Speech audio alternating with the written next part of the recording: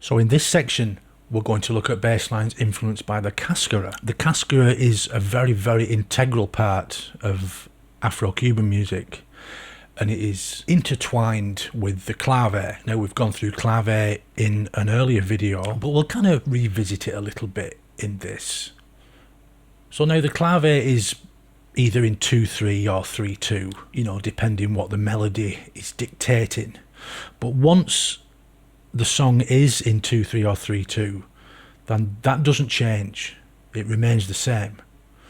That 2-bar clave pattern remains the same. Now the 2 bars have separate names. The 3 side of the clave is called the tresillo. The 2 side is called the débil. The débil means it's the weaker side of the clave. The tresillo is the more dominant side of the clave. And most vocal and instrumental phrasing will state the tresillo because, like I said, it's the more dominant side of the clave. Now, the 3 notes in the tresillo, 2 of them are very, very important. The second note on the 3 side is called the bombo.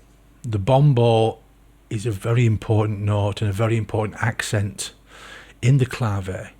This is normally accented if the drum kit player's playing it on the floor tom maybe, or the kick drum, or if the conga player's normally accents this within his tumbao. The bass player can also accent this in his tumbao. Now the third note in the clave on the 3 side is called the ponche.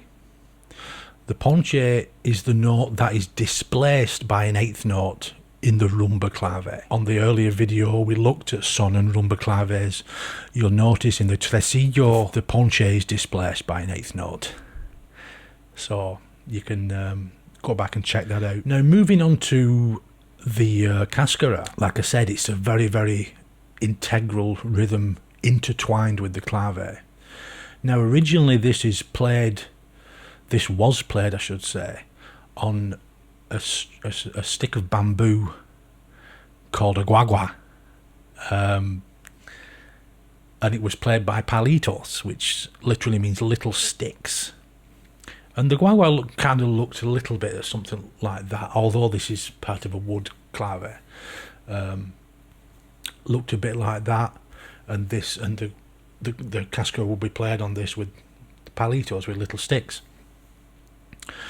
Cascara literally means shell, and this rhythm is now has been developed to be played on the shell of the drum. So this is played on the shell of the timbal, it's played on the shell of the floor tom if the drum kit player is playing it. And like I said, it's a very integral rhythm, and when we're creating bass lines influenced by this, it can be really interesting rhythmically. So when we're going to look at the bass parts, we're going to take into consideration the side of the clave and the Cascara, because the Cascara rhythm changes depending on what side of the clave the song is starting on. So moving on to the campana or the cowbell, this is traditionally played by the bongocero.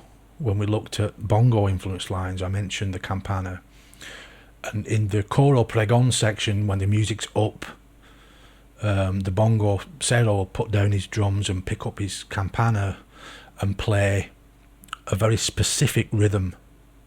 He also played broken bell patterns, which we'll have a look at. The first person to document this on record was a bongocero called Agustin Manana, who he probably wasn't the first person to ever play the martillo, but he was the first one to document it on recordings in Cuba.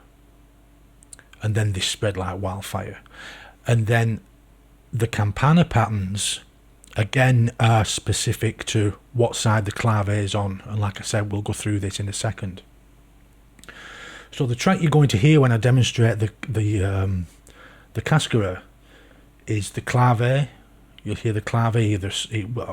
We'll look at son and rumba claves in both directions. The drum kit will be playing the bombo and the ponche, displacing the ponche for the rumba clave, and then the Cascara, which I played on the clave. When we come to look at bell patterns, I'll demonstrate the bell patterns in each direction of the clave. So the bass adaptations we'll look at a mix of tumbao and cascara within the bass line, and this will give us more of a funky kind of feel. We'll also use a bit of space in there, and you'll also notice in one of the lines where I hold back rhythmically, and that gives the rhythm a kind of like elastic feel, because rhythm can be very elastic and stretched, and this can create more of a funk or almost a songo kind of feel. But if you want to know more about songo, then you can check out my book Developing Songo Bass, which comes with audio as well. You can get that from simongoulding.com. So let's get into the Cascara.